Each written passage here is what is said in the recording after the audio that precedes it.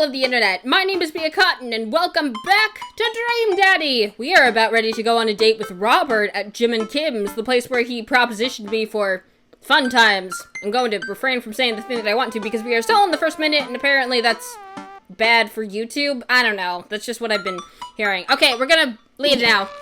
I never do. I throw on a nice jacket and run out the door. It's only a short walk to Jim and Kim's, and it's a beautiful night. I walk into the bar and see the usual crowd of barflies drinking beer and watching sports. I spot Robert at the back of the bar and wave hi as I walk over. Hey man, how's it going? Hey buddy. Hey. Ahoy there, Skipper. Mary. God damn it. God damn it! No! Okay, I thought I was gonna get some alone time, but no, I have to hang out with a woman who not only propositioned me the minute that I got into town, but is also married to somebody who I was hanging out with a couple days ago, who also lives in our neighborhood, and who also happens to be a youth pastor. This is messy. Robert and Mary are here? Uh-oh.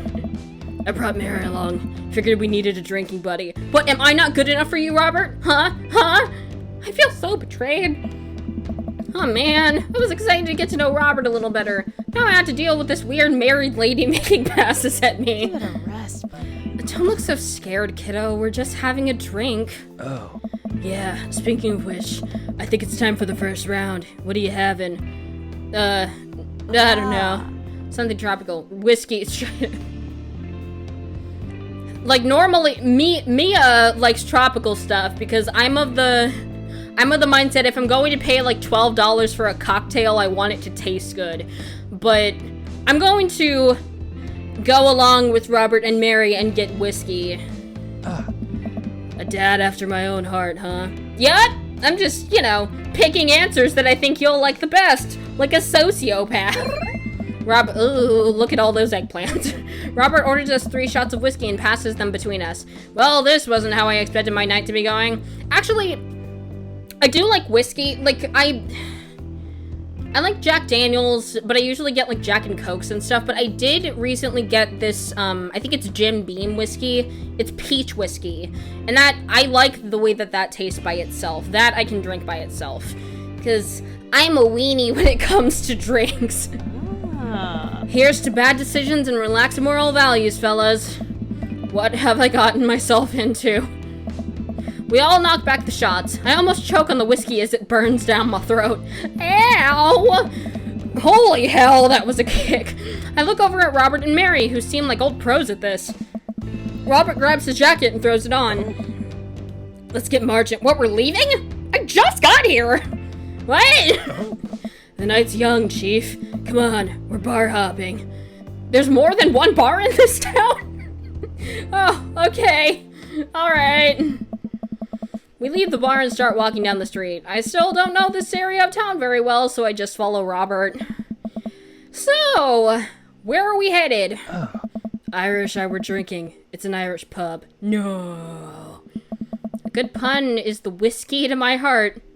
Bump, bump. Bump, bump. Same. I couldn't agree with you more, Mary. Puns are the lowest form of humor, Harry. Try hard. Okay, that I disagree with. Wordplay is amazing. Wordplay is fantastic. It is basically at the cornerstone of most, like, poetry and lyricism. So you could shut the fuck up, Mary. Sorry, that got way too intense way too quickly, and I apologize for making an ass of myself. Ouch. Am I gonna be the butt of the joke all night? Yup. Jesus, Mary. Put your fangs away for a second. Is Mary a vampire? It wouldn't surprise me if she was a vampire. But she's wearing a cross. Do atheist vampires still get deterred by crosses? I'm losing the plot. We walk into Irish I were drinking. The bar is pretty much the same as Jim and Kim's, except for the old-timey Irish memorabilia on the wall. Oh, look at all the leaves on the, I think it's the trellises? Like, the things that are above the bar. I think it's called trellises, I don't remember. Next round, what are you having? Whiskey hasn't failed me yet. Do they make any fruity Irish cocktails? No, they don't. They do have Irish coffee, though, which is very good. Let's do it. Robert orders 3 more glasses of whiskey, and we post up in a garish green booth. Mary slides in and sidles up next to Robert, which makes me breathe a sigh of relief. Let's sip this one, why don't we? Hey. Suit yourself. Mary immediately downs her shot in one gulp and burps loudly. Hey. That'll put hair on your chest. You are truly the paragon of grace and beauty. Mary grabs my drink and sips on it. Ah. Hey! The hell? Ah. Harry, be a dear and get us another round, will ya? What the fuck, Mary? Oh? I don't know how to process this evening at all. I get up and order another round of drinks from the bartender. As I head back, I see Mary and Robert having a lively conversation. Robert roars with laughter. I don't think I've ever seen this guy smile, let alone laugh. He has a pretty smile. Wait, are they making fun of me? Are you making fun of me? Probably. I take a seat across the booth from them and pass out the drinks. So Edith's... Let me try that again. So Edith's kid snuck some pop brownies onto the table at the last bake sale, right? And I spot that little hemp sweatshirt gremlin in the act. So I go up to Edith with the baggie, and I'm about to tell her when all of a sudden she just freaks out on me.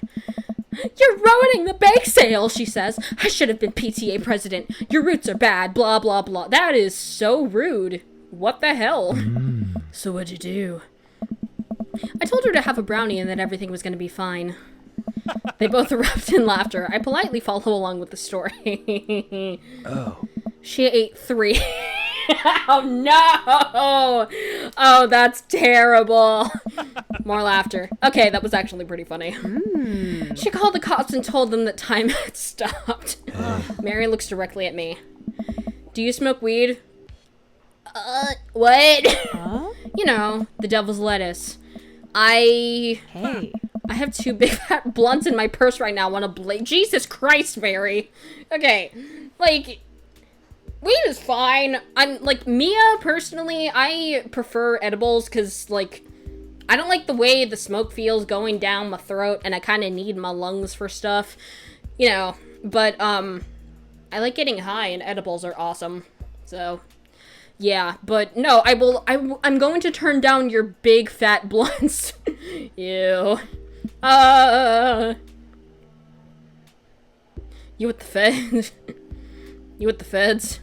I worked hard for what I have, and no 2-bit corner boy is gonna drop the dime on me.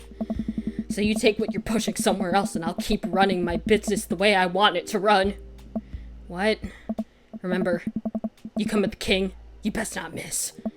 Jesus, kid, dial it back. Don't tell me what to do! Robert giggles helplessly. I'm just kidding, cowboy. Lay off the kid, Mary. He might not be used to your brand of humor. Fine, fine. We sit around and sip our drinks, people watching and cracking jokes. After a little bit of time, I begin to warm up to Mary. Her jokes become much funnier and less scary, especially as I keep drinking. Alcohol makes everything better. God. But it seems like she's not going anywhere anytime soon. I just wanted some alone time with Robert. I wonder if I can get her to leave somehow. Hey, Mary, can you leave? Just be, like, super blunt with her. Isn't Joseph wondering where you are? Lots of eligible bachelors around here, huh? Could you get the next round? I'm just gonna ask her to get the next round. You trying to ditch me, pal? No. But you made me get the last round, so it's your turn. Duh. Because if you're trying to ditch me, you can just tell me to scram.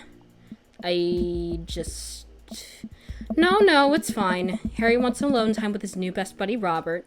Okay, you don't have to hang me out to dry like that, Mary. Read you loud and clear. The wingman breaks formation to pursue their prey. Now, if you fellas will excuse me, Mary needs to sink her teeth into a helpless boy. Gross. Maybe don't phrase it like that. Like, ever. Go with God. Nice seeing you. Deuces, nerds. Okay, bye, Mary. Have fun committing infidelity. Mary gets up and saunters over to a younger-looking guy at the bar. Good fucking lord. What is this game? It's amazing is what it is, but good fucking grief. She grows on you. Like fungus. Does she, though? I feel like she kind of delights in making men suffer. Oh. Well, she does. But what about her and Joseph? What about him? You know what? We're not gonna get into that. I'm gonna keep my mouth shut. I'm gonna just mind my business. You're right. I'm just gonna go fuck myself. You know, I'm just gonna shut my mouth and go fuck myself. You know, they're married, and she definitely tried to get in my pants the other night, and I gestured to her across the bar where she's making goo-goo eyes at that young guy from before. He looks like he's being held hostage. Poor guy. Hey. Oh, that's just the thing she does. She's harmless. Is she? Wait, did she just do that to bait guys into buying her more drinks? Because, like, that's bad in a different way. like, it's good that she's not committing infidelity, if that's the case, but also, she needs help.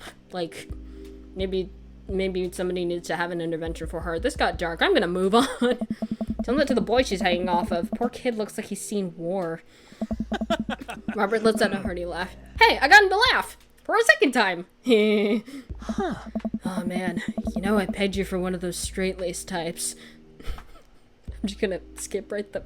Nope, skipping that. Oh, don't worry. I got pretty wild back in my day.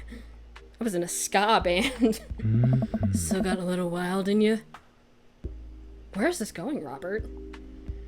Okay. There's so much wild in me.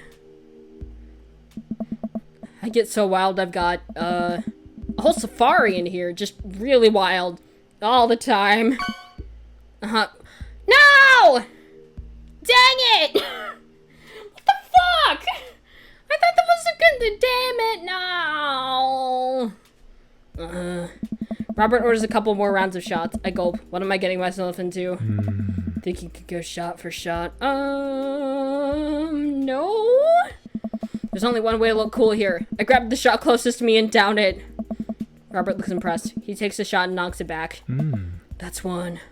So, what do I even talk about? He's so cool, and he probably hates small talk. So how are things? Fuck! I ruined everything! There. I hate small talk. Yep. Okay. Too many people, and this isn't necessarily you, but too many people that they have to fill dead air silence with noise. Personally, I think they're afraid of the silence, or they're afraid of what the person is going to think of the silence. If you want some unsolicited advice, just learn to be comfortable with silence. You know what? I actually appreciate that, because one of the things that I really appreciate about being able to spend time with people is that if we can just, like, chill out and hang out with each other and not say anything and it doesn't get weird. Maybe I'm being a little bit too... sharing too many things. That sounds weird. Nothing wrong with two people sitting in silence and drinking whiskey. Oh. Alright. Robert and I sit in silence and drink whiskey. I take the rest of the bar. I just pick up the bar and leave. This is mine now. Patrons laughing, playing darts, spilling beer. Mary giving the heart cell to that young man. The young man pretending he's got a phone call from one of his friends. Huh. Maybe silence is nice sometimes. So, you ever kill a man? Robert, I swear to Christ. I choke on my drink. Excuse me? You know, watch the light drain from someone's eyes. It's not just their life, you know. It's their hopes and dreams draining away. Every memory and experience they've ever had. Gone. No. Hey. Great, me neither. Robert! You're freaking me out, man. Stop it. Robert knocks back his shot and motions for me to do the same. I reciprocate. I'm just messing with you. Relax. You were freaking me out, dude. I laughed nervously. Where am I? Robert! I laughed nervously. Again. We sip more whiskey and people watch some more. Mary has her sights set on another man after the other one excused himself to the bathroom, and I assume crawled out of the window. Gosh, this whiskey's hitting me hard. I'm getting the vapors. I might need somebody to carry me home. Robert. Hintity hint hint. Gosh, this whiskey's hitting me hard. You betcha. Robert gets up out of the booth, shouldering his jacket. Let's roll. Sorry, whiskey, inside voices. Let's roll. Wait, what about Mary? Brother, Mary is gonna be just fine. I look over at Mary, who's lying on the bar in front of some poor sap. She's singing happy birthday to him while he insists that it's not his birthday. Is she doing it like Marilyn Monroe or some shit? Happy birthday. Nope, not gonna do that. We make our way out of the bar and back onto the street. I'm trying my hardest not to stumble, but man, that sidewalk is just coming right at me. I hope Robert doesn't notice me tripping over my own feet like this is the first time I've ever been drunk. Where to? You'll see. Where are we going? Oh my god, this is the corner store where Ernest tried to get me to buy Juul pods for him. I mean, non-brand specific e-cigarette pods. Or vape pods. Is there a difference? I don't fucking know. I follow Robert through the street lamp spotlights until we eventually arrive at a rundown strip mall. There's a beauty salon, a sex shop, a computer repair store that looks like it's been closed for 10 years, and finally, a liquor store. Hey, wait here. I'll be right back. After a minute, Robert returns with 2 wine bottles in brown paper bags. He hands one to me. Cheers. Are we doing this for real? What? She sits on the curb and drinks. He motions for me to do the same. This is really not where I expected the night to go. I take a sip. White Zinfandel? What? Nothing. I just wasn't expecting white Zinfandel. It is delicious, fruity, and refreshing. Don't judge me. I'm not judging you. I like white Zinfandel. I just like fruity drinks. Insert fruit pun here. Not fruit pun, but you know what I mean. I start to say something. Think of his lecture about valuing silence earlier and stop. I sip my wine and watch cars drive by. Oh. If I lay, let's throw rocks at shit. No! What? Robert suddenly hurls a rock at a stop sign. The ding echoes throughout the empty parking lot. That felt good. He presses a stone into my free hand. Now you try. I don't know. With feeling. Okay, well, when you say it like that, Robert, I look at the rock in my hand and look at the stop sign. Back at the rock. Back at the stop sign. I know what has to be done.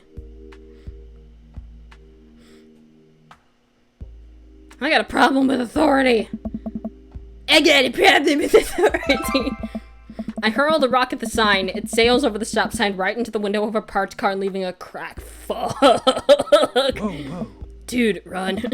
I leap up and dart into the nearest alley, wine in hand. I can hear Robert's footsteps behind me. Damn it.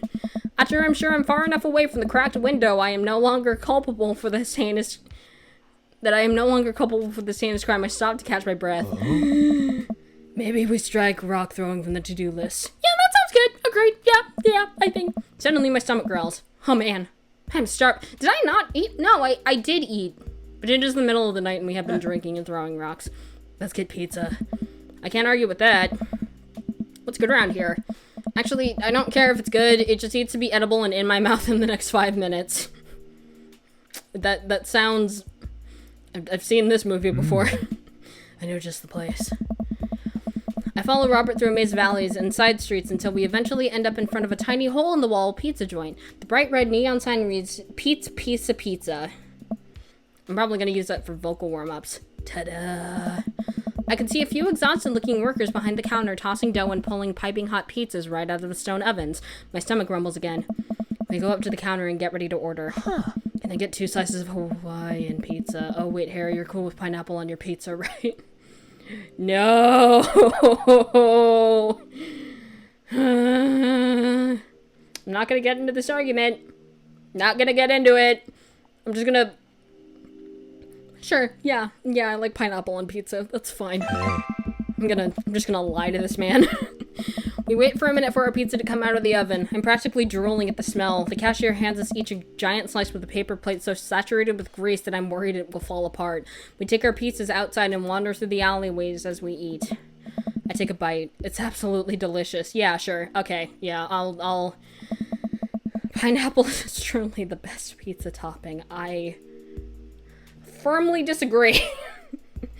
You said it. Man, I feel way better now. You and me both. We hear a noise coming out of a slightly ajar door in the alleyway. Robert looks at me excitedly. Got any more of that wild in ya? I don't know. Do I? You know what? Fuck it. You put... look at all those eggplants. Oh my god. Good on ya. God, my voice is starting to give. Good lord. Okay, Robert and I slide the door open and peek inside. It's completely dark except for some flickering light. We slowly creep forward, cautious not to be heard or seen. Shh. Don't shush me so loud. Shh. We come to the end of the hallway and find ourselves standing in front of a movie screen. Oh, this suddenly makes sense. Did we really just sneak into a movie theater like a couple of teenagers? Like a couple of hooligans? Like some vagrants? Don't think that's the same thing. No talking during the movie. We look into the audience and are surprised to find that it's almost completely empty, save for a row of teenagers in the front. They look annoyed when they notice us. Robert starts making his way to the very back of the theater, and I follow him. We settle in with our wines and try to make sense of the movie. It's a romantic comedy, I think. A young man is frantically trying to get through New York to find the woman that he's finally realized he's in love with. We're only here at the end of the movie? This is bullshit! I guess we did sneak in. With alcohol. This is definitely a felony of some kind. Kiss already. Ow. There's nobody to kiss yet. You just wanted to kiss the taxi driver? Hell yeah. Let that be the twist of the movie. The kids down the way notice us heckling. One of them speaks up. Aw, no! Hey, man, keep it down. Oh, damn, that's Ernest Hemingway, Hugo's kid. Ernest! Hey, Ernest, I know you. It's me, your neighbor. Hi. Ernest turns back around, embarrassed. I turn back to Robert. He kissed anyone yet? It turns out that yes, he did kiss someone. He made his way out to a tiny island near New York to profess his love for a woman who for some reason he knew would be there. She tells him that they hit the jackpot. He said that they had, but I think there was some subtext I'm missing here. Yeah. Boo, love is dead. Shut up, Robert. Shut up, it's beautiful. No, you shut up. Ernest grumbles. The credits start to roll. I stand up. Robert immediately pulls me back down. Hundreds of people worked very hard to make this film happen, and you're gonna sit here and appreciate them. Okay, like, it's a bit aggressive, but I can appreciate a man who appreciates the credits. Give love to the film crews, damn it. They work very hard. Okay. Look at that. Elizabeth Shelton. She worked really hard. I bet she did lots of good, wardrobe design. Thank you, Elizabeth Shelton, for your beautiful film-going experience. Wardrobe is a very important cornerstone of any good movie. Or just any movie in general. Also, be nice to your PAs. And Peter Anders, catering, fed a bunch of people so that they would have the energy to do their jobs. What a guy. We let the credits roll while Robert individually thanks every member of the crew. Once it's finally over and he makes sure no animals were harmed in the making of this film, we leave the movie theater. We stumble into the theater parking lot, polish out the rest of our wine. We are hammered. Hey, assholes! Out of nowhere, a rock flies through the air and hits me on the knee. Ow! I need those! My knee! What the hell? Ernest and his friends stand in the alleyway blocking our exit. Aw, fuck. Are we gonna have to beat up some teenagers? Oh, what do you guys want? Why'd you come and throw a rock at my knee? What the fuck? This is my good knee. My orthopedist is gonna be pissed. Ernest tosses another rock up and down in his hands. What's wrong with this kid? So many things. You ruined my theater going experience. Now you have to pay. Oh, well, I don't have any cash on me right now, and, like, movies get really expensive. Ernest tucks into the rock at my other knee. I'm able to jump out of the way, but I didn't properly stretch before physical activity, and I'm probably going to feel very sore in the morning, along with being hungover. We ruined it for you. The movie was pretty crappy in the first place. Hey, you take that back! That was a beautiful love story with really genuine acting. Well, we don't know. We only got there near the end of the movie. You call that good acting? What classist mainstream slop have you been served your entire life? What? Have you ever even seen any Michael Powell, A Matter of Life and Death, 1946? Easily the toughest 5 minutes of love you'll ever witness. What? Listen, man. How dare No, you? you listen. That popcorn-ass drivel the mass media is shoving down your throat will only make you dumber and sadder. You of all people should strive for a higher standard in the art you consume. Your name is Ernest Hemingway, for Christ's sakes. Okay, Robert, calm down.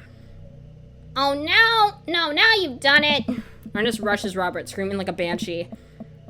Ah! I'm not gonna scream. My throat is shot right now. I dive between Ernest and Robert, trying to stop the kid. He lunges forward and kicking me as hard as he can in the knee. Fuck, my knee! I think that's the first time Harry is cursed. Robert gets in between Ernest and myself. It's as if he's seeing red. Fuck, my fucking knee hurts! How dare you? Alright, buddy. Talk like a punk, get hit like a punk. Robert squares up into a boxer stance. Queensbury rules. 3-minute rounds with 1 minute rest in between. No low blows, fish hooks, J grabs, or high blows. What? Excuse me? And don't even think about pulling an illegal turnstile. That's an automatic deduction of 3 points. What? We'll have to designate a second if you're unable to fulfill your role as the main duelist. One of your friends over there looks like he has enough youthful vivacity to handle it. Hey, man, I don't want to get dragged into this. That movie sucks. It's too late. You two are bloodbound. If he dies, you die. How dare you? Sorry, I don't make the rules. Talk to Queensbury. What the fuck is going on? Is Robert gonna kill somebody? We're just gonna go. Ernest and his friends warily back away. Robert calls after them. The Queensbury Association will hear about this and consume better content. Once the teens are safely out of earshot, Robert turns to me. Were you about to actually fight that kid? Are you kidding me? I would never hit a child. That would be despicable. You throw the rules at him, though, they always bolt. Nobody wants a Queensbury sanctioned throwdown. But full disclosure, I made half of that up. Yeah, because I think some of that is actually from, like, pistol dueling. Wow. You're so cool, Robert. You're so cool. See, you don't even have to know the rules. You just make them up.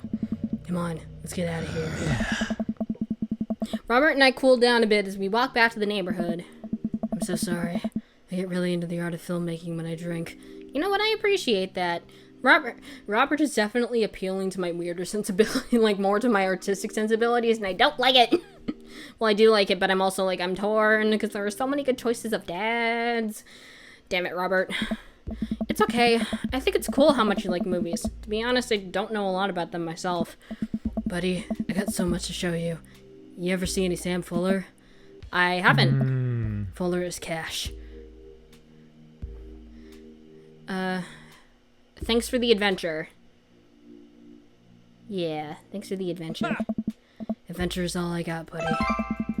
Robert throws an arm around my shoulder and we drunkenly belt out tunes all the way back. We finally get to his doorstep. This was an interesting night. I liked it. A smile forms on his cheeks, a rare sight. Let's hang again sometime soon, yeah?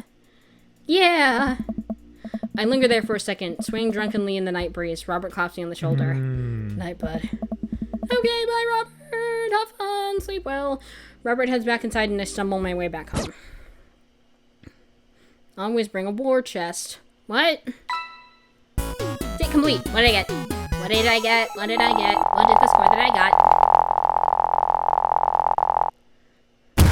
Dang it! Okay, I mean, it's so good, but it's not the score that I wanted. Whatever. Okay, well, that is going to be it for this episode, this very fun episode of A Robert Date. Thank you, everybody, very much for watching. If you are interested in keeping up with this series and any other series that I post in the future, you can click the subscribe button down below. Quick reminder that I post new videos every Monday, Wednesday, and Friday at 12 p.m. Pacific Time. And if you're interested in following me on any other social media, it's Mia Cottontail on Twitter, TikTok, and Instagram. And that is going to be all for today. So until next time, peace.